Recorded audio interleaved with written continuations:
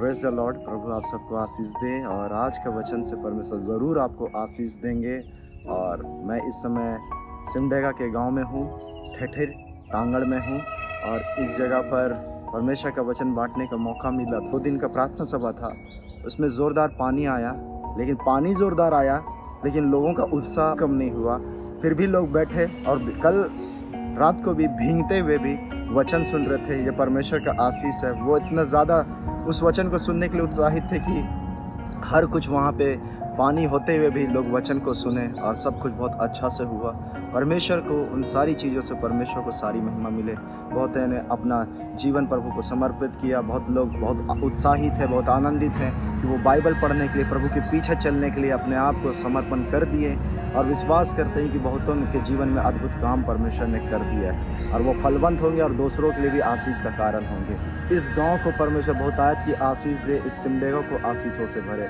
और जैसे वचन भी कहता है रोमियो 8:35 में कहता है, सुनिएगा, कौन हमको मसीह के प्रेम से अलग करेगा? क्या क्लेश या संकट या उपद्रव या अकाल या नंगाई या जोखिम या तलवार? क्या मसीह से हमको ये सब चीज़ें अलग करेगा?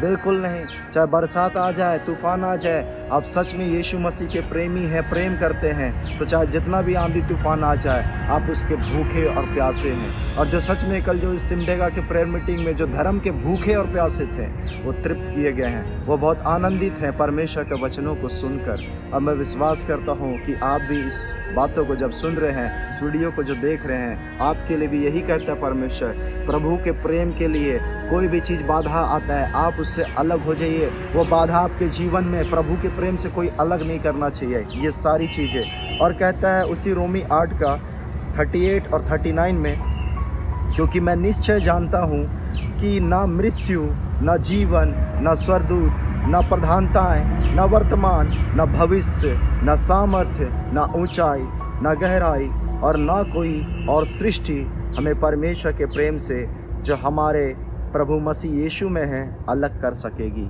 कोई अलग नहीं कर सकेगी। आज सच में उस दिन जो कल का और परसों का जो लास्ट मीटिंग को जब देखे तो सच में यहाँ के लोग ज़्यादा उत्साहित हैं। और ये आसपास के लोग नहीं आए थे, दूर दूर, कोई 1 घंटा, कोई 1.5 घंटा, कोई कहाँ से आए। क्यों? क्योंकि वो रात को भी आ रहे हैं। और सुनने में आया कि जब बरसात हो रहा था, उस बरसात में भी लोग आए, और जब बहुत देरी हो गया फिर भी लोग आए वचन को सुनने के लिए। ख़त्म होने के बावजूद भी आ रहे थे। तो क्यों? क्योंकि वो वचन को कहीं छूट ना जाए। कुछ तो मिलेगा, कुछ तो भाग मिलेगा। जैसे उस बाइबल में आपने दृष्टांत को सुना है कि एक सामरी स्त्री थी, तो यीशु मसीह ने बोला, मैं सामरियों के लिए नहीं, इजराइलियों के लिए, उनके बच्चों के लिए आया हूँ। तो वाकई में बोलती, हाँ मानते हैं, तो लड़कों का जो चूर चार भी गिरता है, कुत्ता तो खाते हैं ना, तो वही मैं हूँ, मुझे उस चूर चार को ही खाने दीजिए। वाकई में आप सोचते हैं कि लेट हो गया, प्रार्थना नहीं जाएंगे, ऐसा मत सोचिए। कम से कम वहाँ कुछ तो आपको मिलेगा। घर बैठने से अच्छा है कि उस संगति में पहुँचे। लेट हो गया कोई बात नहीं, लेकिन लेट ना करें। अगर गलती से कुछ ऐसा कारण आ गया, लेट हो गया, तो फिर भी जाएं, कुछ तो मिलेगा वहाँ से परमेश्वर का। कुछ तो आप उसके प्रेमी हैं, और जो उसके प्रेमी होते हैं उसके वचन पर चलते हैं और उसके लिए भूखे और प्यासे होते हैं। इस सिमडेगा गांव में भी, ठेठर टांगड़ में भी लोग भूखे और प्यासे होकर तृप्त हुए। परमेश्वर उन सबको, इस गांव को बहुतायत की आशीष दे। जितनों ने परमेश्वर के वचनों को सुना है वो फल लाएंगे और इस गांव में भी परमेश्वर का वचन और फैले।